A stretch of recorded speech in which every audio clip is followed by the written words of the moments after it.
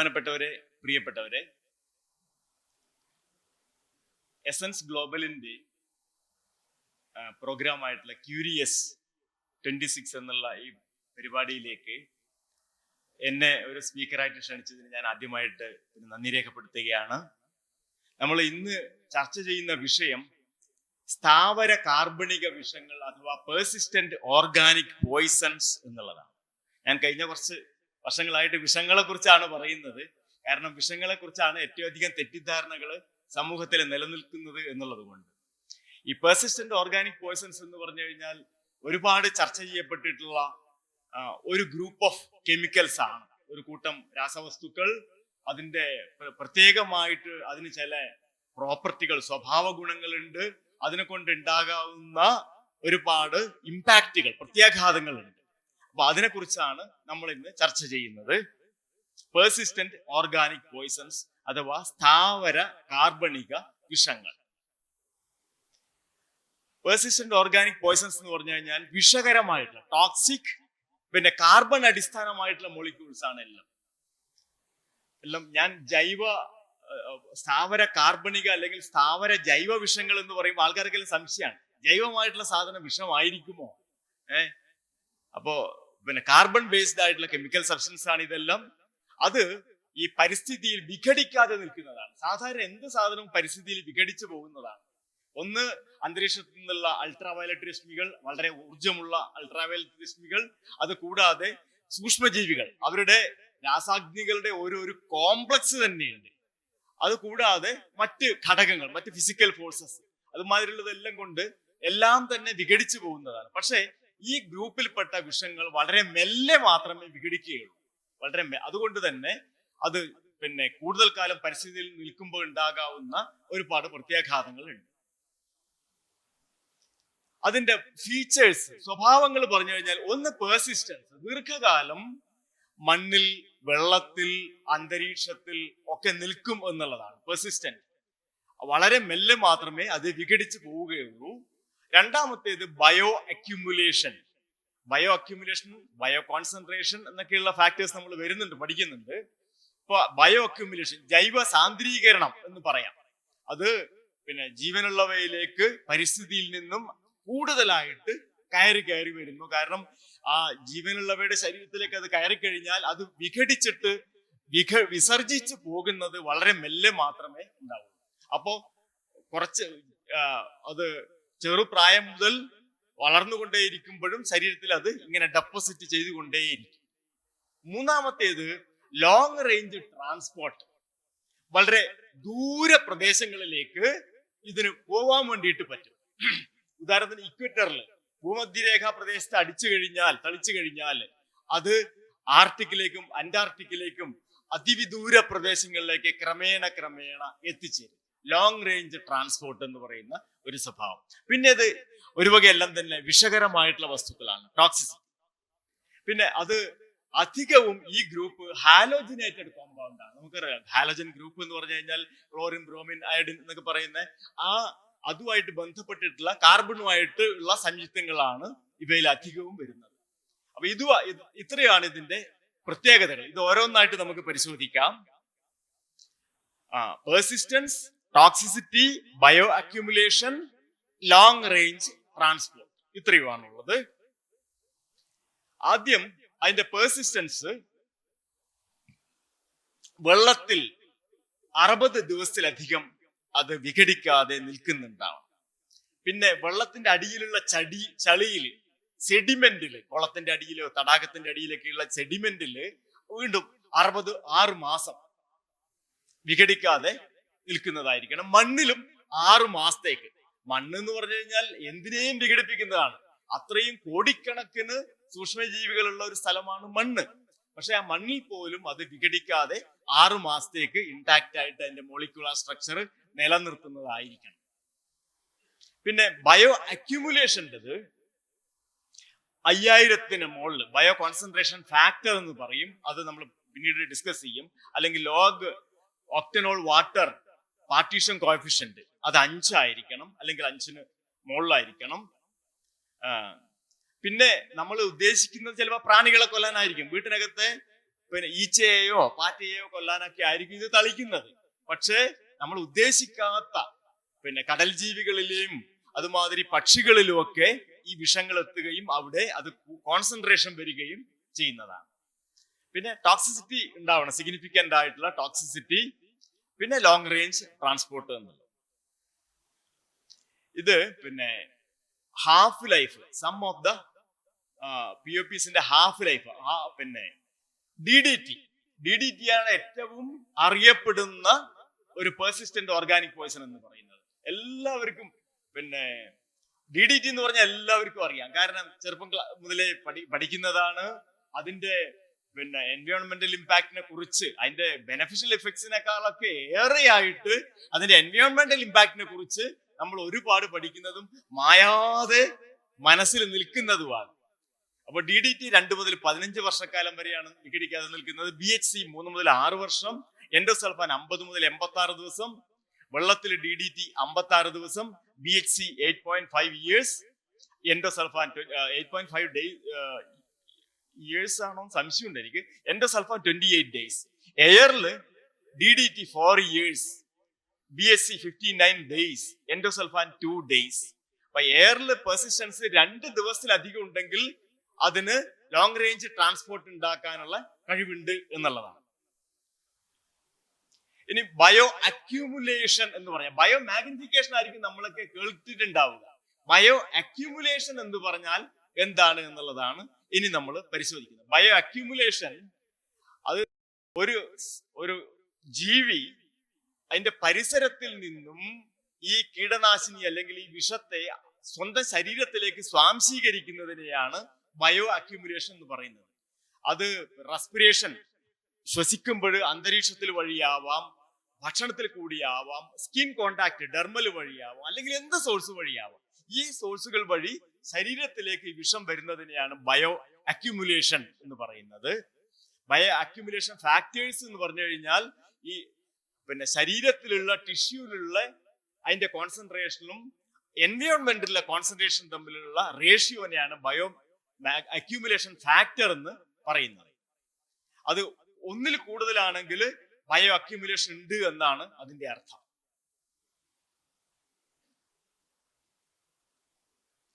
Bio accumulation എങ്ങനെയാണ് ഒരു POP factor ആവുന്നത് എന്നുള്ളതാണ്. കാരണം ബയോ അക്യൂമുലേറ്റ് ചെയ്യുക എന്ന് പറഞ്ഞാൽ അർത്ഥം വെള്ളത്തിൽ അതിന്റെ ലേയത്വം കുറവായിരിക്കുക എന്നുള്ളതാണ്. വെള്ളത്തിൽ ലേയത്വം കുറയുമ്പോൾ ശരീരത്തിലേക്ക് വരാനുള്ള സാധ്യത കുറയും. പക്ഷെ കയറി കഴിഞ്ഞാൽ അത് വിസർജിച്ച് പോകാനുള്ള സാധ്യത, മൂത്രത്തിൽ കൂടിയും മലത്തിൽ കൂടിയും വിസർജിച്ച് പോകാനുള്ള സാധ്യത വളരെ കുറവായിരിക്കും. അത് പിന്നെ ലിപ്പിഡില്, കൊഴുപ്പുകളിൽ അലിഞ്ഞ് നമ്മുടെ ശരീരത്തിൽ തന്നെ നിലനിൽക്കും. നമ്മുടെ ഈ തോലിന്റെ തൊട്ട് താഴെ കൊഴുപ്പിന്റെ ഒരു ലെയർ ഉണ്ട്. ആ ലെയറിലേക്ക് ഈ കെമിക്കൽസ് എത്തുകയും അത് അവിടെ ദീർഘകാലം നിലനിൽക്കുകയും ചെയ്യും. പിന്നെയോ ബയോ മാഗ്നിഫിക്കേഷൻ, അത് പിന്നെ ഒരു ഫുഡ് ചെയിനിൽ ഓരോരോ തലത്തിലേക്ക് എത്തും തോറും അത് കോൺസെൻട്രേറ്റ് ചെയ്യപ്പെടാനുള്ള സാധ്യത കൂടുതലുണ്ട്.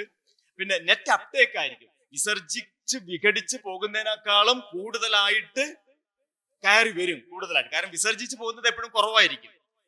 ആ അന്തരീക്ഷ പശ്ചാത്തലത്തിൽ ശരീരത്തിലേക്ക് വന്നുകൊണ്ടേയിരിക്കും. നമ്മൾ മത്സ്യം കഴിക്കുമ്പോൾ, മുട്ട കഴിക്കുമ്പോൾ, ഇറച്ചി കഴിക്കുമ്പോഴൊക്കെ നമ്മുടെ ശരീരത്തിലേക്ക് വന്നുകൊണ്ടേയിരിക്കും. വിസർജിച്ച് പോകുന്നത് കുറവായിരിക്കും. അതുകൊണ്ട് നെറ്റ് അപ്ടേക്ക് ആയിരിക്കും ഉണ്ടാവുക. ഈ ബയോ കോൺസെൻട്രേഷൻ എന്ന് പറഞ്ഞാൽ എന്താണെന്ന് അടുത്ത് നമ്മൾ പരിശോധിക്കുന്നത്. ബയോ കോൺസെൻട്രേഷൻ എന്ന് പറയുമ്പോൾ ഒരു അക്വസ് എൻവയോൺമെന്റിൽ, ഒരു ജലാശയത്തിൽ ഉള്ള കാര്യം ആണ് ഇവിടെ പറയുന്നത്. കാരണം ഒരു ജലാശയത്തില് നമ്മൾ ഡയറ്ററി സോഴ്സ് അല്ലാതെ വെള്ളത്തിൽ കൂടെ ശരീരത്തിനകത്തേക്ക് വരുന്ന ഫാക്ടേഴ്സിനെ മാത്രമേ ഇതിൽ പരിഗണിക്കുന്നുള്ളൂ. മറ്റല്ലാണ്ട് ഭക്ഷണത്തിലെ കൂടെ, ഡയറ്ററി സോഴ്സിലെ കൂടെ വരുന്നത് ഈ ബയോ കോൺസെൻട്രേഷനിൽ പരിശോധിക്കുന്നില്ല. സ്കിന്നിലെ കൂടെ വലിച്ചെടുക്കപ്പെടുന്നതും പിന്നെ അതിന്റെ ചെകിളകളിൽ കൂടി പിന്നെ ശ്വാസോച്ഛ്വാസം നടക്കുമ്പോൾ വലിച്ചെടുക്കപ്പെടുന്നതുമാണ് ഇതിൽ പരിഗണിക്കുന്നത്. പിന്നെ അവിടെയും BCF, ബയോ കോൺസെൻട്രേഷൻ വാല്യൂ ഒന്നിൽ കൂടുതലാണെങ്കിൽ അത് പിന്നെ ശരീരത്തിൽ ക്രമേണ സാന്ദ്രീകരിച്ച് പോകാനുള്ള സാധ്യതയുണ്ട്. അടുത്തതാണ് ബയോ മാഗ്നിഫിക്കേഷൻ. ബയോ മാഗ്നിഫിക്കേഷൻ എന്ന് പറഞ്ഞു കഴിഞ്ഞാല് പിന്നെ ഭക്ഷണത്തിലെ കൂടെ മാത്രം പരിഗണിക്കുന്നതാണ്. അതായത് ഒരു ഫുഡ് വെബില് ഏറ്റവും താഴെ ആൽഗ ഉണ്ടാവും, അതിന്റെ താഴെ ഫൈറ്റോ പ്ലാങ്ക്ടൺ, സൂപ്ലാങ്ക്ടൺ അങ്ങനെയുള്ളത് വഴി അങ്ങനെ അത് പിന്നെ കോൺസെൻട്രേഷൻ കൂടി കൂടി വരും. കാരണം ഒരു ഘട്ടത്തിലും ഈ വിഷങ്ങൾ ശരീരത്തിൽ കയറിയത് വിസർജിച്ച് പോകുന്നില്ല, വളരെ ചെറിയ അളവിലേ വിസർജിക്കുന്നുള്ളൂ. അപ്പോ പിന്നെ 5 മണ്ണരയെ ഒരു മത്സ്യം തിന്നു, ചെറിയ മത്സ്യങ്ങളെ വലിയ മത്സ്യം തിന്നു. അങ്ങനെ വരുമ്പോ ആ ഫുഡ് വെബില് ഓരോ ടയർ കൂടുന്തോറും ഈ കെമിക്കലിന്റെ കോൺസെൻട്രേഷൻ കൂടി കൂടി വരും. അതാണ് ബയോ മാഗ്നിഫിക്കേഷൻ എന്ന് പറയുന്നത്. കൂടി കൂടി വരും. അപ്പോ 10 മത്സ്യത്തിൽ തിന്നുന്ന ഒരു വലിയ മത്സ്യത്തിന് അതിന്റെ ശരീരത്തിൽ ഈ 10 മത്സ്യത്തിനേക്കാളും ആ കുഞ്ഞു മത്സ്യങ്ങളിലുള്ളതിനേക്കാളും കൂടുതൽ കോൺസെൻട്രേഷൻ ഈ വലിയ മത്സ്യത്തിലേക്ക് വരുന്നതാണ്. ബയോ അക്യൂമുലേഷൻ എന്ന് പറഞ്ഞു കഴിഞ്ഞാല് ഇപ്പൊ ചെറിയ ഒരു മത്സ്യം വളർന്ന് വളർന്ന് വലിയ മത്സ്യമാകുമ്പോൾ ആ ഒരു പീരീഡില് കുഞ്ഞാകുമ്പോഴേ കുറച്ചേ ഉണ്ടാവുള്ളൂ, വലിയ മത്സ്യമാകുമ്പോഴേക്കും അതിന്റെ ശരീരത്തിൽ കൂടുതൽ വർദ്ധിച്ചിട്ടുണ്ടാവും. അതാണ് ബയോ അക്യൂമുലേഷൻ. ബയോ മാഗ്നിഫിക്കേഷൻ എന്ന് പറഞ്ഞു കഴിഞ്ഞാൽ ഫുഡ് വെബിൽ മുകളിലോട്ടേക്ക് പോകും തോറും കോൺസെൻട്രേഷൻ കൂടി കൂടി വരുന്നതാണ്. ഇതില് DDTയുടെ ബയോ മാഗ്നിഫിക്കേഷൻ നിങ്ങൾ നോക്കുക. അതായത് പിന്നെ 0.003 പാർട്സ് പെർ ബില്യൺ വെള്ളത്തിൽ ഉണ്ടാകുമ്പോൾ അത് പിന്നെ ഹൈ ലെവൽസിലേക്ക് പക്ഷികളെ തിന്നുന്ന മത്സ്യങ്ങളിലേക്ക് എത്തുമ്പോഴേക്കും അതിന്റെ കോൺസെൻട്രേഷൻ 8 മില്യൺ 80 ലക്ഷം മടങ്ങ് വർദ്ധിച്ചിട്ടാണ് വരുന്നത്. 80 ലക്ഷം മടങ്ങ് അത് വർദ്ധിച്ചിട്ട് പക്ഷികളിലേക്ക് വരും. ഈ വിഷം കോൺസെൻട്രേറ്റ് ചെയ്തിട്ട് വരും. അതായത് 0.003 ppb ഉള്ളത് 25 ppm പാർട്സ് പെർ മില്യൺ ആയിട്ട് മാറും. അത്രയും തവണ 8 മില്യൺ തവണയാണ് അവിടെ വിഷം കോൺസെൻട്രേറ്റ് ചെയ്തിട്ട് വരുന്നത്. ഇനി വേറൊന്ന് നമ്മൾ പരിശോധിക്കുന്നത് ഒക്ടനോൾ എയർ പാർട്ടീഷൻ കോഎഫിഷ്യന്റ് ആണ്. ഒക്ടനോൾ എന്ന് പറഞ്ഞു കഴിഞ്ഞാൽ ഒരു പെട്രോളിയം സോൾവെന്റ് ആണ്, നല്ലൊരു സോൾവെന്റ് ആണ് ഒക്ടനോൾ. ഒക്ടനോളും എയറും തമ്മിൽ പിന്നെ ഈ കെമിക്കല് ഒക്ടനോളും എയറും കലർന്ന മിശ്രിതത്തിലേക്കൂടെ ഈ കെമിക്കൽ കടത്തിവിടുമ്പോൾ ഒക്ടനോളിലാണോ കൂടുതൽ കോൺസെൻട്രേറ്റ് ചെയ്യപ്പെടുന്നത്, എയറിലാണോ പാർട്ടീഷൻ കോഎഫിഷ്യന്റ്, അത് പരിശോധിക്കുന്നതാണ് ഒക്ടനോൾ എയർ പാർട്ടീഷൻ കോഎഫിഷ്യന്റ്.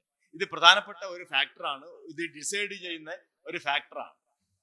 അപ്പോ പിന്നെ അത് പെർസിസ്റ്റന്റ് ഓർഗാനിക് പോയ്സൺ ആണെങ്കിൽ അത് between air and organic media including soil, vegetation, aerosol particles and biological tissues, അത് നമുക്ക് മനസ്സിലാക്കാൻ വേണ്ടിയിട്ട് സാധിക്കും. ഉദാഹരണത്തിന് ഹൈ ലോഗ് KAO ഉണ്ടെങ്കിൽ, എബവ് 10 ഉണ്ടെങ്കിൽ അത് അറ്റ്മോസ്ഫിയറിക് പാർട്ടിക്കിൾസുമായിട്ടും മണ്ണുമായിട്ടും അത് കൂടുതൽ ഉറച്ചു നിൽക്കാനും വോളറ്റലൈസേഷൻ ബാഷ്പീകരണം പിന്നെ കുറയാനും ഉള്ള സാധ്യതയുണ്ട്. അപ്പോൾ ഫുഡ് ചെയിനിൽ അക്യുമുലേറ്റ് ചെയ്യാനുള്ള സാധ്യത അതിന് കൂടുതലായിരിക്കും. ഫുഡിൽ നമ്മൾ കഴിക്കുന്ന മുട്ടയിലും മാംസത്തിലും ഒക്കെ വരാനുള്ള സാധ്യത കൂടുതലായിരിക്കും. അതേസമയം ബിലോ 5 ആണെങ്കിൽ അത് കൂടുതൽ വായുവിലേക്കാണ് പോകുന്നത്. ഈ ഓർഗാനിക് മാറ്ററിലേക്കോ മണ്ണിലേക്കോ വരുന്നതിന് പകരം കൂടുതൽ വായുവിലേക്ക് പോവുകയും അത് വോളറ്റൈലായിട്ട് അറ്റ്മോസ്ഫിയറിക് കണ്ടീഷനിൽ ഗ്യാഷ്യസ് സ്റ്റേറ്റിൽ നിൽക്കാനുള്ള സാധ്യതയായിരിക്കും കൂടുതലായിട്ട് ഉണ്ടാവുക. പിന്നെ ബയോ അക്യുമുലേഷൻ ക്രൈറ്റീരിയയിൽ ബയോ കോൺസെൻട്രേഷൻ ഫാക്ടർ നമ്മൾ നേരത്തെ പറഞ്ഞ ബയോ കോൺസെൻട്രേഷൻ ഫാക്ടർ എബവ് 5000 ആണ് നമ്മൾ കണക്കിലെടുക്കുന്നത് ഒരു POP ആവാൻ വേണ്ടിയിട്ട്. ഒക്ടനോൾ എയർ ഗ്രേറ്റർ ദാൻ 5ഉം ലെസ് ദാൻ 5ഉം ആണ്. പിന്നെ ഇത് ഒക്കെ പരിശോധിക്കുമ്പോൾ നമ്മൾ ഒന്ന് ഫീൽഡിൽ നിന്നുള്ള ഡാറ്റ എടുക്കും. ഫീൽഡിൽ നിന്നുള്ള ഡാറ്റ ഇപ്പൊ ഒരു തടാകത്തിൽ പോയിട്ട് തടാകത്തിലുള്ള ഫൈറ്റോപ്ലാങ്ക്ടൺ, സൂപ്ലാങ്ക്ടൺ, ചെറിയ ഫിഷ്, വലിയ ഫിഷ്, അതിലൊക്കെയുള്ള കോൺസെൻട്രേഷൻ എടുത്തിട്ടാണ് ഇതെല്ലാം വർക്ക്ഔട്ട് ചെയ്യുക. അത് കൂടാതെ പിന്നെ മോഡൽസ് ഉണ്ടാക്കും. എൻവയോൺമെന്റൽ മോഡൽസ് ഉണ്ടാക്കാൻ വേണ്ടി ഡാറ്റ ഫീഡ് ചെയ്ത് കഴിഞ്ഞാൽ മോഡൽസ് ഉണ്ടാക്കാൻ വേണ്ടി ആ മോഡൽസും വെച്ചിട്ട് ഇത് കറക്റ്റ് ആണോ എന്നുള്ളത് പരിശോധിക്കും. ഇത് രണ്ട് വെച്ചിട്ടും പരിശോധിച്ചിട്ടാണ് ഉറപ്പുവരുത്തുന്നത്. അടുത്ത് വരുന്നത് ലോങ് റേഞ്ച് ട്രാൻസ്പോർട്ട് ആണ്. ദീർഘദൂരം ഇത് വ്യാപിച്ചു പോവുക എന്നുള്ളത്. അത് പിന്നെ വായുവിലേക്കൂടെ മാത്രം അല്ല പോവുക, അത് വെള്ളത്തിലേക്കൂടെയും പോകാം. കടലിലേക്ക് എത്തിക്കഴിഞ്ഞാൽ ഈ കടലിൽ ഒരുപാട് പിന്നെ ഒഴുക്കുകൾ ഉണ്ടല്ലോ, നമ്മൾ പണ്ട് പഠിച്ചിട്ടില്ലേ സമുദ്രത്തിലെ നീരൊഴുക്കുകളെ കുറിച്ച്. പിന്നെ ആർട്ടിക്കും അന്റാർട്ടിക്കും ഭൂമധ്യരേഖ പ്രദേശങ്ങളും പസഫിക്കും അങ്ങനെയുള്ള ഇതൊക്കെ തമ്മിൽ അടിയിലേക്കൂടെ ഒഴുക്കുകളുണ്ട്. ഈ ഒഴുക്കുകളിലേക്ക് എത്തിയിട്ട് അത് ആർട്ടിക്കിലേക്കും അന്റാർട്ടിക്കിലേക്കും തണുപ്പ് ഉള്ള പ്രദേശങ്ങളിലേക്ക് എത്തിയിട്ട് ആ രീതിയിലും കോൺസെൻട്രേറ്റ് ചെയ്യപ്പെടാം. ബാഷ്പീകരിച്ചിട്ട് മാത്രമല്ല, എയറോസോൾ പാർട്ടിക്കിൾസുമായിട്ട് ബന്ധപ്പെട്ടിട്ടും കൂടെ ഇത് വ്യാപിക്കാം. ആ രീതിയിൽ പല രീതിയിൽ കിലോമീറ്ററുകൾ ദൂരെ ഇപ്പോ പിന്നെ നമ്മൾ ഇവിടെ തളിച്ചു കഴിഞ്ഞാൽ, ഇവിടെ DDT തളിച്ചു കഴിഞ്ഞാൽ അത് ഒടുവിൽ വലിയ തോതിൽ എത്തിച്ചേരുക ആർട്ടിക്കിലും അന്റാർട്ടിക്കിലും ആയിരിക്കും. അതിനെ ഗ്രാസ് ഹോപ്പർ ഇഫക്റ്റ് എന്നാണ് പറയുക. ചാടിച്ചാടിയിട്ട് പോവുക, ചാടി പോകുന്നതിനാണ് ഗ്രാസ് ഹോപ്പർ എഫക്റ്റ് എന്ന് പറയുന്നത്. എങ്ങനെയാന്ന് പറഞ്ഞു കഴിഞ്ഞാല്, ഇപ്പൊ ഇവിടെ ഈ സ്ഥലത്ത് തളിച്ചു, പയ്യന്നൂരിന്റെ ചുറ്റുപാടും പ്രദേശങ്ങൾ വൻ തോതിൽ DDT തളിച്ചു. അത് രാത്രിയാവും, പകൽ ചൂടിന് അത് വായുവിലേക്ക് വ്യാപിക്കും. എന്നിട്ട് കാറ്റുകൊണ്ടും ഒക്കെ കുറച്ച് ദൂരെ സഞ്ചരിച്ചിട്ട് രാത്രിയാകുമ്പോ കണ്ടൻസ് ചെയ്ത് അവിടെ വീഴും. എന്നിട്ട് പിറ്റേ ദിവസം പകലാകുമ്പോ വീണ്ടും ബാഷ്പീകരിച്ച് അന്തരീക്ഷത്തിലേക്ക് പോകും, പുറമേയുള്ള കാറ്റിലേക്കൂടിയും പോവാം, കുറച്ച് ദൂരത്ത്. രാത്രിയാകുമ്പോ അവിടെ താവും. അങ്ങനെ തങ്ങിയിട്ടും അതുകൊണ്ടാണ് ഗ്രാസ് ഹോപ്പർ എന്നുള്ള എഫക്ട് പറയുന്നത്. ചാടി ഒടുവിൽ എത്തിച്ചേരുക ഈ കണ്ടൻസേഷൻ കൂടുതലുള്ള കാറ്റ് കുറവുള്ള പ്രദേശങ്ങളിലേക്ക് എത്തിയിട്ട് അവിടെ സ്ഥിരമായിട്ട് ഡെപ്പോസിറ്റ് ചെയ്യും. അങ്ങനെയാണ് ഈ DDTയും BSCയും അതുമാതിരിയുള്ള POPs ഒക്കെ ഒരിക്കലും തളിക്കപ്പെട്ടിട്ടില്ലാത്ത, ജീവിതത്തിൽ ഒരിക്കലും നേരിട്ട് തളിക്കപ്പെട്ടിട്ടില്ലാത്ത പ്രദേശങ്ങളിലെ പിന്നെ മണ്ണിലും വെള്ളത്തിലും മഞ്ഞിലും പിന്നെ അവിടെയുള്ള പിന്നെ ജലജീവികളിലും ഒക്കെ, പിന്നെ പോളാർ ബിയറിലും ബെലൂഗ പിന്നെ ഇതിലൊക്കെ തിമിംഗലങ്ങളിലും ഒക്കെ ഈ സാധനം കണ്ടെത്തിയിട്ടുണ്ട്. ഇതാണ് ഇതിന്റെ കാരണം, ലോങ് റേഞ്ച് ട്രാൻസ്പോർട്ട് എന്ന് പറയുന്നത്. അതിന്റെ ഘടകങ്ങളാണ് ഈ പറഞ്ഞത്: ഗ്ലോബൽ ഫ്രാക്ഷണലിസം, പിന്നെ എൻവയോൺമെന്റൽ ഇമ്പാക്ട്. ഈ ലോങ് റേഞ്ച് ട്രാൻസ്പോർട്ടിന് അനുകൂലമായിട്ടുള്ള ഘടകങ്ങൾ എന്ന് പറയുന്നത് ഒന്ന് ടെമ്പറേച്ചറാണ്. ടെമ്പറേച്ചർ കൂടി കഴിയും തോറും ഇത് പിന്നെ ട്രാൻസ്പോർട്ടേഷൻ വരാനുള്ള സാധ്യത, കാറ്റിന്റെ ശക്തി കൂടുതലായിരിക്കും, ബാഷ്പീകരണത്തിന്റെ തോത് കൂടുതലായിരിക്കും, ദീർഘദൂരത്തിലേക്ക് പോകാനുള്ള സാധ്യത കൂടുതലായിരിക്കും. പിന്നെ വിൻഡ് ആൻഡ് അറ്റ്മോസ്ഫിയർ, ഏത് സ്ഥലത്താണോ തളിക്കുന്നത് ആ ഭാഗത്തുള്ള കാറ്റും ആ ഭാഗത്തുള്ള അറ്റ്മോസ്ഫിയറിന്റെ കണ്ടീഷനും അനുസരിച്ചിട്ട് ഇത് വ്യത്യാസപ്പെടും. പിന്നെ പാർട്ടിക്കിൾ അസോസിയേഷൻ, മണ്ണും പൊടിയും ധാരാളം നിറഞ്ഞ ഒരു അന്തരീക്ഷത്തിലാണെങ്കിൽ ഈ പൊടിയിലേക്കും മണ്ണിന്റെ ഇത് വായുവിൽ വ്യാപിച്ച പൊടിയിലേക്കൊക്കെ അറ്റാച്ച് ചെയ്തിട്ട് ആ വഴിക്കും ഇത് പോകും. അതുമാതിരി തന്നെ വെള്ളത്തിലേക്ക് എത്തിക്കഴിഞ്ഞാൽ വെള്ളം വഴിയും പോകും. അങ്ങനെയാണ് ആർട്ടിക്കിള് ഇതിന്റെ കണ്ടാമിനേഷൻ വരുന്നതും. പിന്നെ മൗണ്ടൻസിൽ, ഇപ്പൊ ചിലിയിലും ഒക്കെയുള്ള മൗണ്ടൻസിൽ, ആ മൗണ്ടൻസിൽ ഇതുവരെ എത്തിച്ചേരാത്ത പ്രദേശങ്ങളിൽ നിന്നൊക്കെ സാമ്പിൾ എടുക്കുമ്പോൾ അവിടെയൊക്കെ ഈ DDTയും BSCയും ഒക്കെ കാണുന്നുണ്ട് നമുക്ക്. അതിന്റെ കാണുന്നതിന് കാരണം ഈ ലോങ് റേഞ്ച് ട്രാൻസ്പോർട്ടാണ്. ഇതാണ് ഗ്രാസ് ഹോപ്പർ ഇഫക്റ്റ് എന്ന് പറയുന്നത്, ഗ്രാസ് ഹോപ്പർ ഇഫക്റ്റ്. ഇനി ഇതിനെക്കുറിച്ച് DDT വന്ന കാലം മുതൽ ആൾക്കാർ ഇതിനെക്കുറിച്ച് പഠിക്കുകയും ശാസ്ത്ര പ്രബന്ധങ്ങളിൽ അവതരിപ്പിക്കുകയും ശാസ്ത്ര പിന്നെ കോൺഫറൻസുകൾ ഇതിനെക്കുറിച്ച് ചർച്ച ചെയ്യുകയും ഒക്കെ ചെയ്തിട്ടുണ്ട്. അപ്പോ ഇതിനെക്കുറിച്ചിട്ടുള്ള സമഗ്രമായിട്ടുള്ള ഒരു ഉടമ്പടി തയ്യാറാക്കാൻ ക്രമേണ ശാസ്ത്രലോകം മുമ്പോട്ട് വരികയും അതാണ് സ്റ്റോക്ക്ഹോം കൺവെൻഷൻ എന്നറിയപ്പെടുന്നത്. 2001 സ്റ്റോക്ക്ഹോം കൺവെൻഷൻ തുടങ്ങിയത്. Stockholm convention on persistent organic pollutants. അതിൽ ഇപ്പോൾ 185 രാജ്യങ്ങൾ മെമ്പർമാരാണ്. ഇവര് ഈ പിന്നെ പെർസിസ്റ്റന്റ് ഓർഗാനിക് പോയിസൺസിനെ നിയന്ത്രിക്കാനും നിരോധിക്കാനുള്ള നടപടികൾ ഈ രാജ്യങ്ങൾ എടുക്കാൻ വേണ്ടി മുന്നോട്ട് വന്നിട്ടുണ്ട്. അതില് പിന്നെ പെർസിസ്റ്റന്റ് ഓർഗാനിക് പോയിസൺസിൽ പെസ്റ്റിസൈഡ്സ് ആണ് ഏറ്റവും കൂടുതലുള്ളത്, കീടനാശിനികൾ. അതായത് കീടനാശിനികളെ കുറിച്ചിട്ടുള്ള വലിയൊരു അന്വേഷണം മനുഷ്യൻ തുടങ്ങിയത് കൃഷി തുടങ്ങിയ കാലം മുതലാണ്. 10,000 വർഷങ്ങൾക്ക് മുമ്പ് എന്ന് കൃഷി തുടങ്ങിയോ അന്ന് മുതൽ ഈ ടെൻഷൻ ഉണ്ട്. എന്റെ കൃഷി പക്ഷി നശിപ്പിക്കുന്നു, കീടങ്ങൾ നശിപ്പിക്കുന്നു, വെട്ടുകിളികൾ വന്ന് പൂർണ്ണമായിട്ട് ഇല്ലാതാക്കുന്നു. ബൈബിളിലും ഒക്കെ എത്രയോ മെൻഷൻ ഉണ്ട് വെട്ടുകിളികളെ കുറിച്ചൊക്കെ. അപ്പൊ അന്നേ മനുഷ്യന് ഒരു കീടനാശിനിയെ കണ്ടുപിടിക്കണം. പിന്നെ പല ഭീകര വിഷങ്ങൾ, ആഴ്സനിക്, പാരീസ് ഗ്രീൻ മുതലായിട്ടുള്ള ഭീകര വിഷങ്ങളാണ് ഉപയോഗിച്ചു വന്നിരുന്നത്. അപ്പൊ പിന്നെയാണ് പിന്നെ മനുഷ്യന് വിഷം കുറഞ്ഞതും. ഇത് അപ്പാരന്റ് ആയിട്ട് പുറമേ നോക്കുമ്പോൾ മനുഷ്യന് വിഷം കുറവും, പക്ഷെ കീടങ്ങൾക്ക് നല്ല വിഷമായിട്ടുള്ള സാധനങ്ങളെ കണ്ടെത്തുന്നത് ഈ നിരന്തരമായിട്ടുള്ള അന്വേഷണത്തിലേക്കൂടെ ഗവേഷണത്തിലേക്കൂടിയാണ്.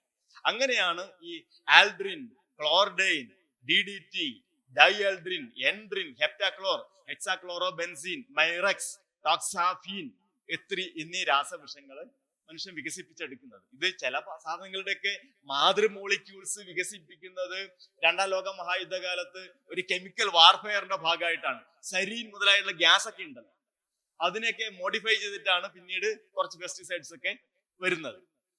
ഏതായാലും പിന്നെ ഇൻഡസ്ട്രിയൽ കെമിക്കൽസ് എന്ന് പറഞ്ഞാൽ ഹെക്സാക്ലോറോ ബെൻസീൻ, പോളിക്ലോറിനേറ്റഡ് ബൈഫിനൈൽസ്, ഇതാണ് ഇൻഡസ്ട്രിയൽ പോയിസൺസ്. ഇതിനെക്കുറിച്ച് നമ്മൾക്ക് അത്ര അറിവില്ല, പക്ഷെ അത് ഇതിനേക്കാളും വലിയ പ്രശ്നം ഉണ്ടാക്കുന്നതാണ്. കാരണം ഇൻഡസ്ട്രിയൽ പോയിസൺസ് നമുക്ക് പലപ്പോഴും ആവശ്യമായിട്ട് വരും, അതിന് ബദലുകൾ പലപ്പോഴും ഇല്ലാതെ വരും. അപ്പൊ നമ്മളത് ഉപയോഗിക്കും, പെട്ടെന്നൊന്നും അതിന്റെ ബാഡ് എഫക്ട്സിനെ കുറിച്ച് നമുക്ക് അറിയുന്നുമില്ല. അപ്പോ അതിനെ കുറിച്ച് സംസാരിക്കുന്നുണ്ട്. പിന്നെ ഇതിന്റെ ഈ ഉൽപ്പന്നങ്ങൾ ഉണ്ടാക്കുമ്പോഴോ അല്ലെങ്കിൽ ഉപയോഗിക്കുമ്പോഴോ വരുന്ന അതിന്റെ ബൈ പ്രൊഡക്ട്സ് ആയിട്ട് വരുന്നത് ഹെക്സാക്ലോറോബെൻസീൻ, പോളിക്ലോറിനേറ്റഡ് ഡൈബെൻസോ പി ഡയോക്സിൻസ്, പോളിക്ലോറിനേറ്റഡ് ഡൈബെൻസോ ഫ്യൂറാൻസ്, ഇത്രയും സാധനങ്ങൾ ഉപോൽപ്പന്നങ്ങളായിട്ട് വരുന്നതാണ്. ഇതില് 12 pesticides, 11 industrial chemicals, 5 by products. ഇതാണ് ഇപ്പോഴുള്ള POP. ഇത് പുതിയ POPs ഇതിലേക്ക് ആഡ് ചെയ്തിട്ടുണ്ട്, ഇതിൽ കൂട്ടിച്ചേർത്തിട്ടുണ്ട്.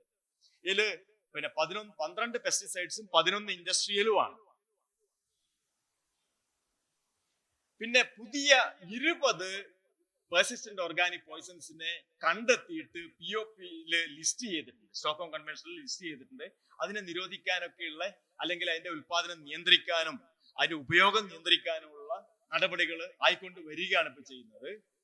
അത് ഒന്നെന്ന് പറഞ്ഞാൽ പെർഫ്ലൂറിനേറ്റഡ് കോമ്പൗണ്ട്സ്, ഈ ഫ്ലൂറിനും കാർബണും ആയിട്ടുള്ള പെർഫ്ലൂറോ ഒക്ടൈൻ സൾഫോണിക് ആസിഡ്, അതിന്റെ സോൾട്ടുകളൊക്കെ ആയിട്ടുള്ളത് ഈ POPയിൽ വരുന്നതാണ്.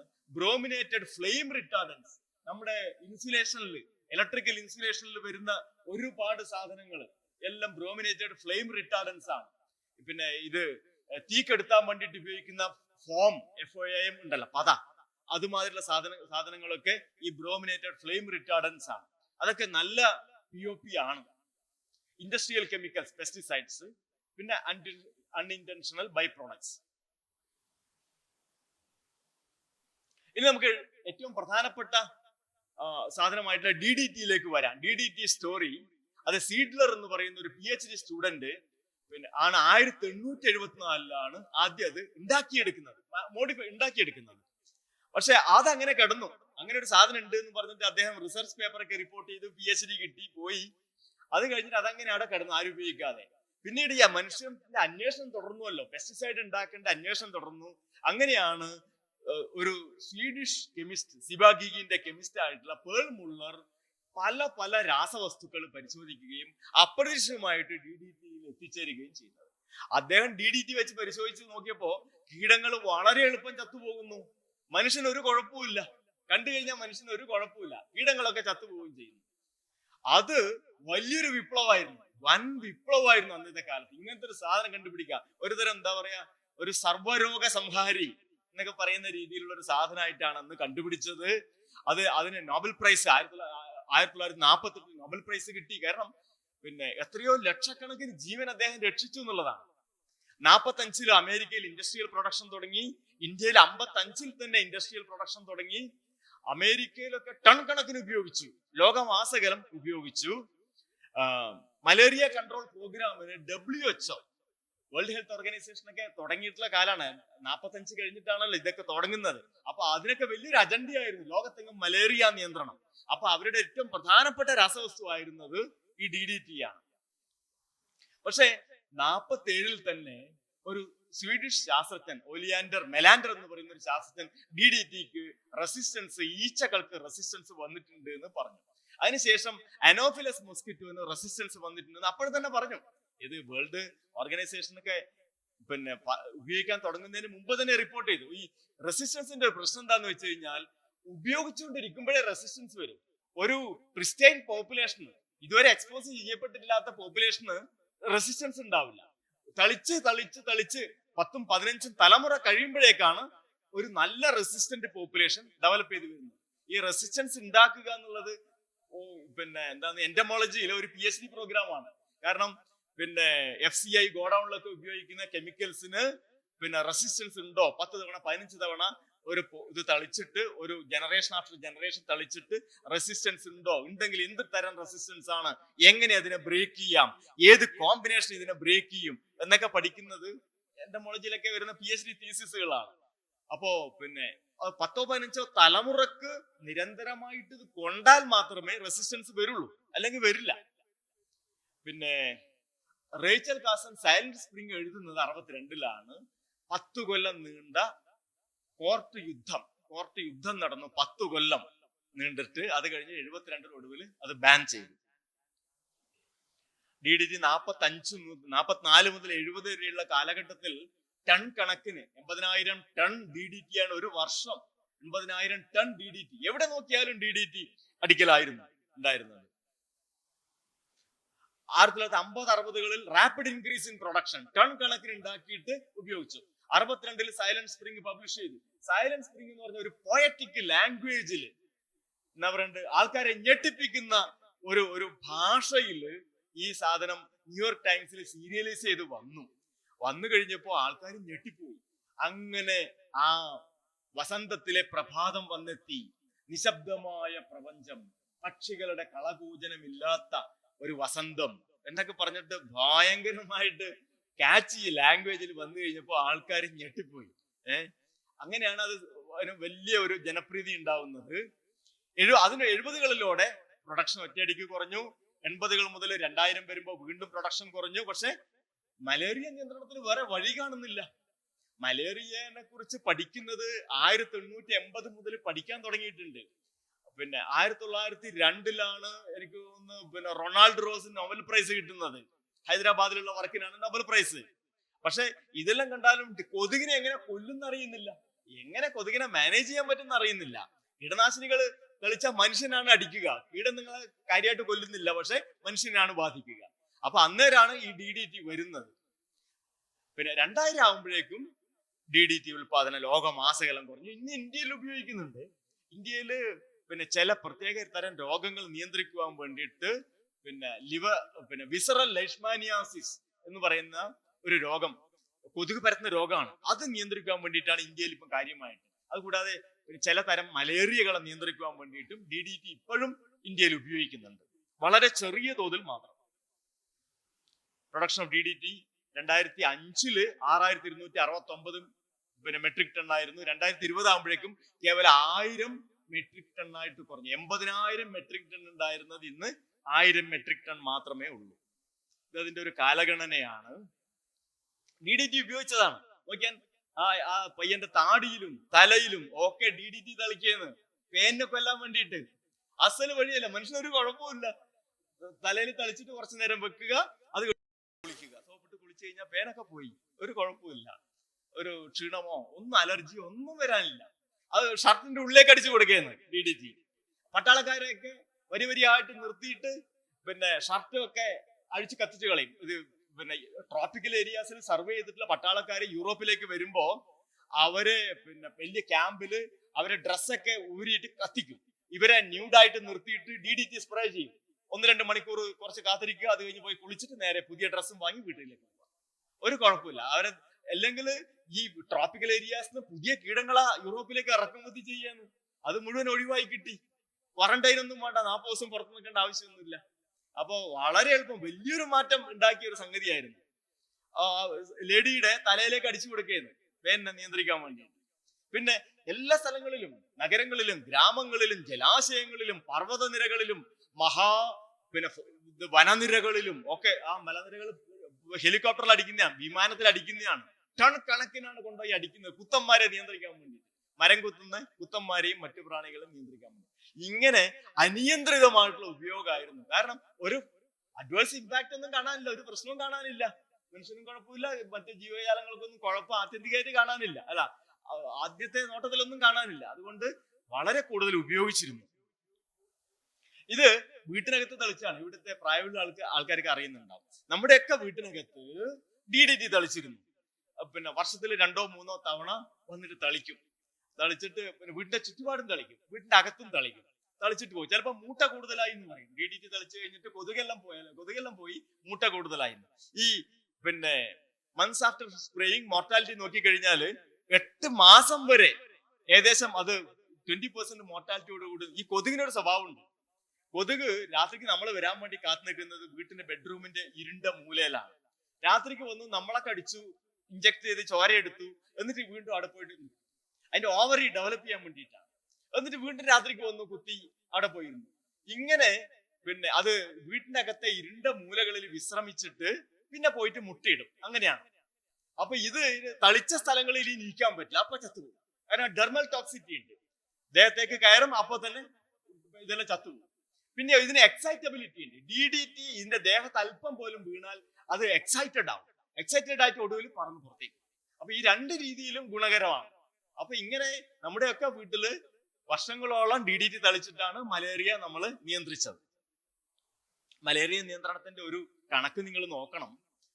വെനസ്വേലയില് 43 മലേറിയ നിയന്ത്രണത്തിന് മുമ്പേ 43 ലക്ഷം പേര് മരിച്ചിരുന്നത് 68 ആയതിനോടുകൂടി 800 പേരാണ് മരിക്കുന്നത്. ഇന്ത്യയിലെ കണക്ക് 35 10 കോടി ആൾക്കാർക്ക് ഒരു വർഷം പിടിപെട്ട് 10 ലക്ഷം പേരാണ് മലേറിയനെ കൊണ്ട് മരിച്ചിരുന്നത്. പണ്ട് അസാമിലൊക്കെ പോയ തൊഴിലാളികൾ എത്രയോ പേര് മലേറിയനെ കൊണ്ട് മരിച്ചിട്ടുണ്ട്. കേരളത്തില് 35-40 കാലഘട്ടങ്ങളിൽ ജനങ്ങൾ ആസാമിലേക്കും മലേഷ്യയിലേക്കും ഒക്കെ തൊഴിൽ തേടി പോയിട്ടുണ്ട്.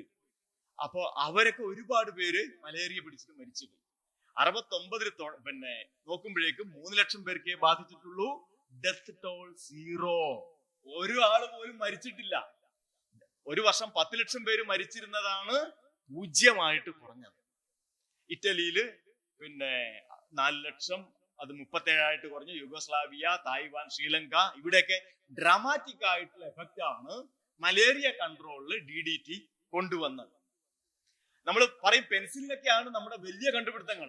പെൻസിലിൻ 800 ലക്ഷം ആൾക്കാരുടെ ജീവൻ രക്ഷിച്ചപ്പോൾ DDT 5000 ലക്ഷം ആൾക്കാരുടെ ജീവൻ രക്ഷിച്ചു എന്നാണ് കണക്ക്. പക്ഷെ DDT ഇപ്പോഴും വില്ലനാണ്. പെൻസിലിൻ എന്ന് പറഞ്ഞു കഴിഞ്ഞാല് പിന്നെ ലൈഫ് സേവർ ആണ്, അല്ലെ? അങ്ങനെയാണ് നമ്മൾ കരുതുന്നത്. അപ്പോ പിന്നെ ഇത്ര വലിയൊരു വ്യത്യാസം ലോകത്തുണ്ട്. അതുകൊണ്ടാണ് ഒരു പുസ്തകം, പിന്നെ സയന്റിസ്റ്റ് ഗ്രേറ്റർ ദാൻ ഐൻസ്റ്റീൻ എന്ന് പറയുന്ന ഒരു പുസ്തകത്തില് 2ാമത്തെ സയന്റിസ്റ്റ് ആയിട്ട് പറഞ്ഞിരിക്കുന്നത് പേൾ മുള്ളറെയാണ്. ആദ്യത്തെ ആള് നോർമൻ ബോർലോഗ് ആണ്. ഹരിത വിപ്ലവം കൊണ്ടുവന്ന നോർമൻ ബോർലോഗ്. 2ാമത്തെ ആളായിട്ട് അറിയപ്പെടുന്നത് പേൾ മുള്ളറാണ്. കാരണം ഇത്രയും ലക്ഷക്കണക്കിന് പേരുടെ ജീവനാണ് DDT വഴി അദ്ദേഹം രക്ഷിച്ചത്. റേച്ചൽ കാസന്റെ പിന്നെ സൈലന്റ് സ്പ്രിംഗ്, നിശബ്ദ വസന്തം എന്ന് പറയുന്ന പുസ്തകം പിന്നെ വലിയ തോതിലുള്ള മാറ്റങ്ങളാണ് ലോക ചരിത്രത്തിൽ തന്നെ ഉണ്ടാക്കിയത്.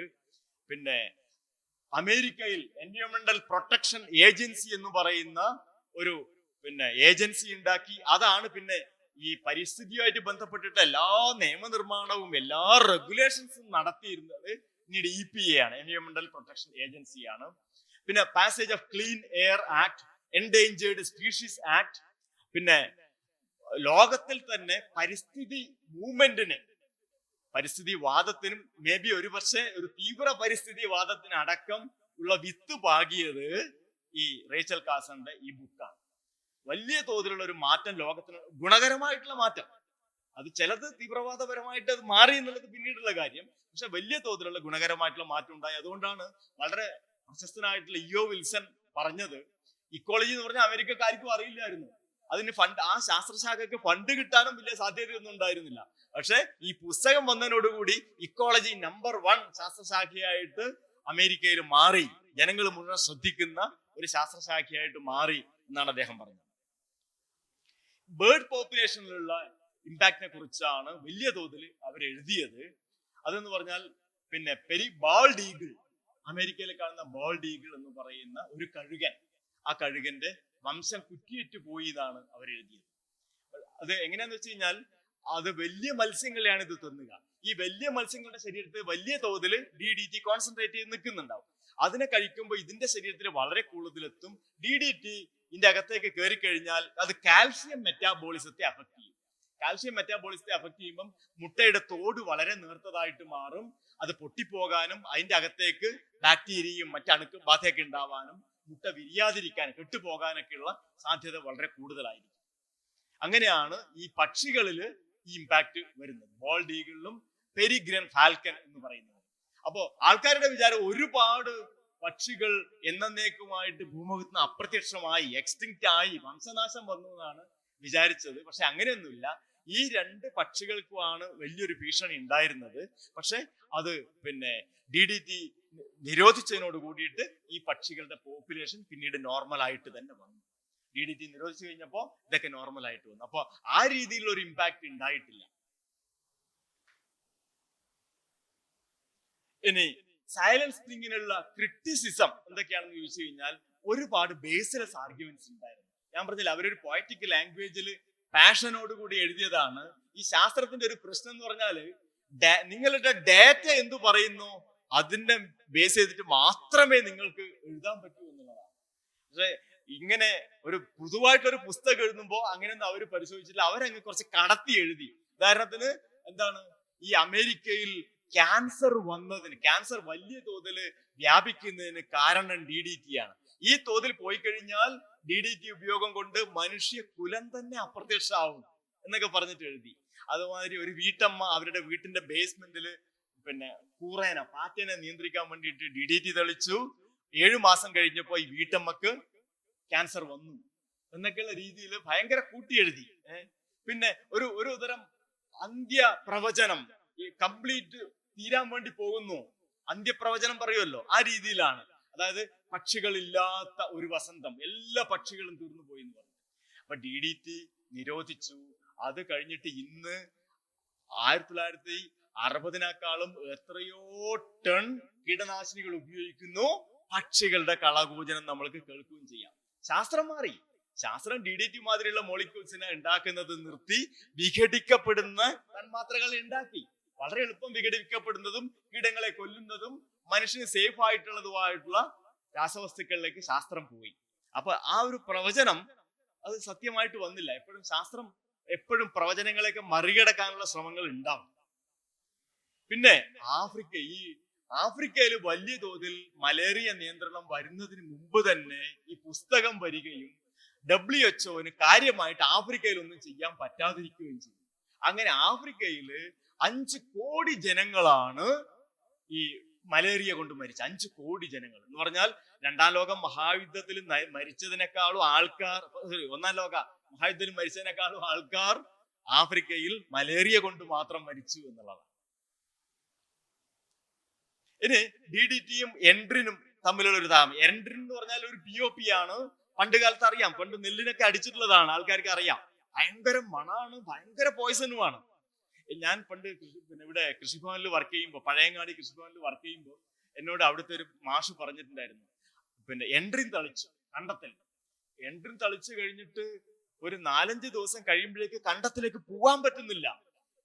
സകലമാന തവളകളും കൊളക്കോഴിയും അതുമാതിരിയുള്ള പക്ഷികളും ആമയും നീർക്കോലിയും എല്ലാം ചത്ത് നാറി സ്ത്രീകൾക്ക് കണ്ടത്തിൽ പറിച്ചു നടാനോ കളപറിക്കാനോ പോകാൻ പറ്റാത്ത വിധം നാറി നിൽക്കുകയായിരുന്നു കണ്ടം എന്നാണ് അവർ പറഞ്ഞത്. പഴയ കാര്യങ്ങൾ ഞാൻ ചോദിച്ചു കഴിഞ്ഞപ്പോ പറഞ്ഞാണ് എൻഡ്രിന്റെ ഉപയോഗം. അപ്പോ എൻഡ്രിന്റെയും DDTയും തമ്മിൽ നമ്മളൊരു താരതമ്യം നോക്കിക്കഴിഞ്ഞാല് DDTയുടെ LD50 വാല്യൂ മാത്ര എന്ന് പറയുന്നത് 113 മുതൽ 800 ആണ്. പക്ഷെ എൻഡ്രിൻ്റെത് 3 ആണ്. LD50 വാല്യൂ കുറയും തോറും വിഷം കൂടുതലായിരിക്കും. അപ്പോ DDTയേക്കാൾ എത്രയോ മടങ്ങ് വിഷമുള്ളതാണ് എൻഡ്രിൻ. ഡെർമൽ, ഇതിലേക്കൂടെ ഈ കീടനാശിനി കയറിയിട്ട് വിഷബാധ വരുന്നത് DDTയിൽ 2500 മുതൽ 3000 മില്ലിഗ്രാം എന്ന് പറഞ്ഞാൽ 3 ഗ്രാമോളം വേണം. പക്ഷെ എൻഡ്രിനിലാണെങ്കിൽ ഡെർമൽ 60 മില്ലിഗ്രാം മതി. അത്ര ഉഗ്ര വിഷമാണ് എൻഡ്രിൻ. DDT മനുഷ്യന്റെ സ്കിന്നിലേക്കൂടെ അകത്ത് കയറുന്നത് വളരെ കുറവാണ്. സ്കിൻ നല്ലൊരു ബ്ലോക്ക് ചെയ്യും DDTയെ. പക്ഷെ പച്ചത്തുള്ളന്റെയും എല്ലാതരം കീടങ്ങളുടെയും ശരീരത്തിലേക്ക് DDT സുഖമായിട്ട് കയറുകയും ചെയ്യും. അതിന് ബ്ലോക്ക് ഇല്ല. അതുകൊണ്ട് തന്നെ കീടങ്ങൾക്ക് നല്ല വിഷമായിരിക്കും, മനുഷ്യന് അത്ര തന്നെ വിഷമല്ല. അതുകൊണ്ടാണ് വീട്ടിനകത്ത് മുഴുവൻ സ്പ്രേ ചെയ്തത്. മനുഷ്യന്റെ തലയിലും ഒക്കെ സ്പ്രേ ചെയ്തതിന്റെ കാരണം അതാണ്. ഇനി ഇതിനെ കൊണ്ടുണ്ടാവുന്ന ഇമ്പാക്ട്, മനുഷ്യനിൽ ഉണ്ടാവുന്ന ഇമ്പാക്റ്റിനെ കുറിച്ച് നടത്തിയ ഒരു പഠനമാണ്, ഒരു സർവേ ആണ്. UNDPയുടെ യുണൈറ്റഡ് നേഷൻസ് എൻവയോൺമെന്റൽ പ്രോഗ്രാമിന്റെ പിന്നെ ഒരു പഠനം നോക്കിക്കഴിഞ്ഞാൽ മനുഷ്യന്റെ ശരീരത്തിൽ എത്ര DDT ഉണ്ട് എന്നുള്ളതാണ്. നമ്മുടെയൊക്കെ ശരീരത്തിൽ എത്ര DDT ഉണ്ട് എന്നുള്ളത്. ഏറ്റവും കൂടുതൽ ആരാണ്? താജിക്കിസ്ഥാനാണ്. ഗ്രാഫിൽ ഏറ്റവും മുകളിൽ കാണുന്നത് തജിക്കിസ്ഥാനാണ്. തജിക്കിസ്ഥാനിൽ ഏകദേശം 1200-ലധികം പാർട്സ് പെർ ബില്യൺ ഉണ്ട്. തൊട്ട് താഴെ വരുന്നത് നമ്മളാണ്. ഒട്ടും മോശമല്ല. ഇന്ത്യക്കാരുടെ ശരീരത്തിലാണ് അത് കഴിഞ്ഞാൽ ഏറ്റവും കൂടുതൽ DDT നമ്മുടെ കൊഴുപ്പിലാണ് വരുന്നത്. അത് പിന്നെ 1200 പാർട്സ് പെർ ബില്യൺ ആണ്. 1 ബില്യൺ എന്ന് പറഞ്ഞാൽ 32 വർഷങ്ങളെ സെക്കൻഡുകളാക്കി കഴിഞ്ഞാൽ 32 × 12 അങ്ങനെ 32 വർഷങ്ങളെ സെക്കൻഡ് ആക്കി കഴിഞ്ഞാലുള്ള ഒരു യൂണിറ്റിനെയാണ്, ഒരു സെക്കൻഡാണ് ഒരു പാർട്സ് പെർ ബില്യൺ ആയിട്ട് തുല്യമായിട്ട് പറയാൻ നമുക്ക്. അപ്പൊ 1200 ppb ആണ് ഇന്ത്യക്കാരുടെ ശരീരത്തിലുള്ളത്. സേഫ് ലെവൽ ആ ചുവന്ന ലൈനാണ്. ഏതായാലും അതിന്റെ തൊട്ട് കുറഞ്ഞിട്ട് മാത്രമേ മനുഷ്യന്റെ ശരീരത്തിലുള്ളൂ. ഇത് 2005 ഡേറ്റയാണ്, UNDPയുടെ ഒരു സർവേ. ഇവിടെ കുറയേ ഉള്ളൂ, കാരണം അതിനുശേഷം ഉത്പാദനം ഇല്ലല്ലോ, വലിയ തോതിൽ ഉപയോഗമില്ല. ഇനി കുറഞ്ഞു വരികയുള്ളൂ. പക്ഷെ ഈ എപ്പിഡെമിയോളജിക്കൽ എവിഡൻസ് ആണിതെങ്കിലും എപ്പിഡെമിയോളജിക്കൽ എവിഡൻസ് പ്രകാരം പിന്നെ DDTയുടെ ഉപയോഗം പിന്നെ കുട്ടികളിൽ വീസിങ് ഉണ്ടാക്കും, അതുകൂടാതെ ടൈപ്പ് 2 ഡയബറ്റിസ് ഉണ്ടാക്കും, ലിവർ ക്യാൻസർ, ഇതിനൊക്കെയുള്ള സാധ്യത കൂടുതലാണ്.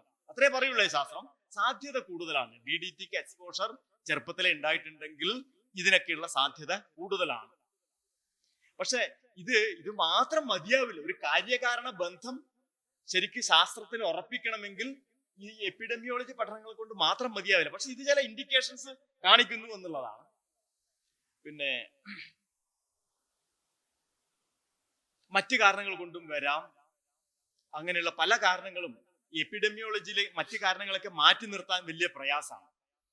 അടുത്ത് വരുന്നത് പോളിക്ലോറിനേറ്റഡ് ബൈഫിനൈൽസ് എന്ന് പറയുന്ന രാസവസ്തുക്കളാണ്, PCB. ഞാൻ നേരത്തെ പറഞ്ഞ ഇൻഡസ്ട്രിയൽ കെമിക്കൽസ്, ട്രാൻസ്ഫോമറിലൊക്കെ ഉള്ള ലിക്വിഡ് ഇല്ലേ, ട്രാൻസ്ഫോമറിലൊക്കെ ഒഴിക്കുന്ന ലിക്വിഡുകൾ, കപ്പാസിറ്ററിലൊക്കെ ഉള്ള സാധനങ്ങൾ, അത് പിന്നെ സീലന്റുകളിലൊക്കെ ഉള്ള സാധനങ്ങൾ, അങ്ങനെയുള്ള സാധനങ്ങളാണ് ഈ പോളിക്ലോറിനേറ്റഡ് ബൈഫിനൈൽസ് എന്ന് പറയുന്ന വസ്തുക്കൾ. ഇത് പിന്നെ മനുഷ്യന് ക്യാൻസർ ഉണ്ടാക്കാൻ സാധ്യതയുള്ളതാണ്. പിന്നെ ഇമ്മ്യൂൺ സിസ്റ്റത്തിന് ഡിസ്ഫങ്ഷൻ വരാം, നമ്മുടെ പ്രതിരോധ പിന്നെ സിസ്റ്റത്തിന് വ്യൂഹത്തിന് തന്നെ അതിന്റെ പ്രവർത്തിക്കാതെ വരാം. മറ്റ് ഡെവലപ്മെന്റൽ, ഗർഭത്തിലിരിക്കുമ്പോ കുഞ്ഞുങ്ങൾക്ക് വരാവുന്ന ഡെവലപ്മെന്റ്, ഗർഭത്തിന്റെ കുഞ്ഞുങ്ങളുടെ വികാസത്തിന് പ്രശ്നങ്ങൾ വരാം എന്നുള്ളതാണ് ഈ രാസവസ്തുക്കൾ. ഇൻഡസ്ട്രിയൽ കെമിക്കൽസ് ആണ് ഇതൊക്കെ. ഇതില് PCBയുടെ പോളിക്ലോറിനേറ്റഡ് ബൈഫിനൈൽസിന്റെ പാർട്സ് പെർ ബില്യൺ ആണ്. ഇത് നോക്കിക്കഴിഞ്ഞാൽ ഇന്ത്യ വളരെ താഴെയാണ്. ഇന്ത്യയിൽ കോൺസെൻട്രേഷൻ ഇന്ത്യക്കാരുടെ ഇടയിൽ അത്ര അധികമില്ല. ഏറ്റവും മുകളിൽ കാണുന്നത് ചെക്ക് റിപ്പബ്ലിക്കിലാണ് ഏറ്റവും കൂടുതൽ. പിന്നെ എല്ലാം ഈ പിന്നെ ഇൻഡസ്ട്രിയലൈസ്ഡ് നാഷൻസ്, യൂറോപ്യൻ നാഷൻസ്, അതിലൊക്കെയാണ് ഇത് കൂടുതലായിട്ട് കാണുന്നത്. ബാക്കിയുള്ള സ്ഥലങ്ങൾ ഇതിലൊക്കെ കുറവാണ്. പ്രത്യേകിച്ച് തണുപ്പ് രാജ്യങ്ങളിൽ ആണ് കുറച്ച് കൂടുതലായിട്ട് കാണുന്നത്. സേഫ് ലെവലിനേക്കാളും വളരെ കൂടുതലാണ്. അത് നോക്കണം. PCB സേഫ് ലെവലിനേക്കാളും വളരെ കൂടുതലാണ്. നേരത്തെ നമ്മൾ DDT കണ്ടത് സേഫ് ലെവലിനേക്കാളും കുറഞ്ഞ ലെവലിലാണ്. ഇത് സേഫ് ലെവലിനേക്കാളും കൂടുതൽ. അപ്പൊ ഇതിനെയാണ് കൂടുതൽ പേടിക്കേണ്ടത്, PCBസിനെയാണ് കൂടുതൽ നമ്മൾ ഭയക്കേണ്ടത്. പക്ഷെ ഇന്ത്യക്കാരുടെ ഇടയിൽ വളരെ കുറച്ച് മാത്രമേ ഉള്ളൂ. അതുകൊണ്ട് നമുക്ക് കുറച്ച് സമാധാനമുണ്ട്. ഇനി വരുന്നത് വേറൊരു ഗ്രൂപ്പ് കെമിക്കൽസ് ആണ്. ഫോർ-എവർ കെമിക്കൽസ് എന്നാണ് അതിനെ പറയുക. എന്നേക്കുമായിട്ടുള്ള രാസവസ്തുക്കൾ, ഫോർ-എവർ, ഒരിക്കലും വിഘടിക്കപ്പെടാതെ രാസവസ്തുക്കൾ എന്ന് പറയപ്പെടുന്ന രാസവസ്തുക്കളാണ്. ഏകദേശം 10,000-ഓളം രാസവസ്തുക്കൾ ഉണ്ട് ഇതില്. എല്ലാം നമുക്കറിയുന്ന രാസവസ്തുക്കൾ തന്നെയാണ്. ഞാൻ അതിന്റെ പിന്നെ സാധനങ്ങൾ കാണിക്കാം. പിന്നെ ഫയർ ഫൈറ്റിംഗ് ഫോംസ്, പിന്നെ തീ കെടുത്താൻ വേണ്ടിയിട്ടുള്ള ഒരു പദമാതിരിയുള്ള ഫോംസ് വരുന്നു. മൈക്രോവേവിൽ വെക്കുന്ന പോപ്കോൺ ബാഗ്സ്, നമ്മുടെ മഴക്കോട്ടിലൊക്കെ വരുന്നത് ഈ POP ഫോർ-എവർ കെമിക്കൽസ് ആണ്. വീട്ടിലടിക്കുന്ന പെയിന്റില് വരുന്നത് ഫോർ-എവർ കെമിക്കൽസ് ആണ്. പിന്നെ stain resistant products, personal care, നമ്മുടെ സൗന്ദര്യ സംവർദ്ധക വസ്തുക്കൾ, അതിലൊക്കെ ഈ പിന്നെ ഫോർ-എവർ കെമിക്കൽസ് ഉണ്ട്. വിഘടിക്കപ്പെടാതെ ദീർഘകാലം നിൽക്കാൻ സാധ്യതയുള്ള, അതിന് ബാക്കിയുള്ള ഫങ്ഷൻസ് ഒന്നുമില്ല. വിഘടിക്കപ്പെടാതെ ദീർഘകാലം നിൽക്കുന്നതാണ് ഈ ഫോർ-എവർ കെമിക്കൽസ് എന്ന് പറയുന്നത്. എല്ലാം നമ്മുടെ മാലിന്യ കൂമ്പാരങ്ങളിലേക്ക് പോകുന്നതാണ് വസ്തുക്കൾ. നമ്മൾ ഉപയോഗിക്കുന്ന ചെരുപ്പുകളും മഴക്കോട്ടും അതിലൊക്കെ ഫോർ-എവർ കെമിക്കൽസ് ആണ്. നോൺ സ്റ്റിക്ക് കുക്ക് വെയർ, പിന്നെ food packaging, stain resistant furniture, photography, pesticides, ഇത്രയാണ് ഈ ഫോറവർ കെമിക്കൽസ് എന്ന് പറയുന്നത്. ഏതായാലും മനുഷ്യൻ ശാസ്ത്രത്തിന്റെ സഹായത്തോടു കൂടി ഈ ഇതിനെക്കുറിച്ചൊക്കെ മനസ്സിലാക്കുകയും എല്ലാ രാജ്യങ്ങളും കൂടെ യോജിച്ച് ഇതുമാതിരിയുള്ള രാസവസ്തുക്കളെ കുറക്കുവാനുള്ള അന്താരാഷ്ട്ര ഉടമ്പടികളിൽ ഒപ്പിടുകയും കുറക്കുവാനുള്ള വലിയ ശ്രമങ്ങളും നടത്തുന്നുണ്ട് എന്നുള്ളത് വളരെ ശുഭോദർക്കമായിട്ടുള്ള ഒരു കാര്യമാണ്. നമ്മൾക്ക് പിന്നെ ഇനിയും നിരന്തരമായിട്ട് ശാസ്ത്രം ഇതുമാതിരിയുള്ള പരിപാടികൾ ചെയ്തുകൊണ്ടേയിരിക്കും. പിന്നെ ഇതിന്റെ ഒരു കാര്യം എന്ന് പറഞ്ഞു കഴിഞ്ഞാൽ, മുമ്പൊന്നും ഈ ആർട്ടിക്കിലും അന്റാർട്ടിക്കിലും ഒക്കെ വളരെ നേർത്ത അളവിൽ കാണുന്ന രാസവസ്തുക്കളെ അളക്കാൻ ഒരു മാർഗമില്ലായിരുന്നു, കണ്ടെത്താൻ മാർഗമില്ലായിരുന്നു. പക്ഷെ ഇന്നത്തെ പുതിയ അനലിറ്റിക്കൽ ഇൻസ്ട്രുമെന്റ് വെച്ചിട്ട് parts per billion, parts per trillion ഒക്കെ കണ്ടെത്താനുള്ള മാർഗങ്ങളുണ്ട്. അതുകൊണ്ട് നമ്മൾക്ക് ഇതെല്ലാം കണ്ടുപിടിക്കാൻ വേണ്ടിയിട്ട് പറ്റും.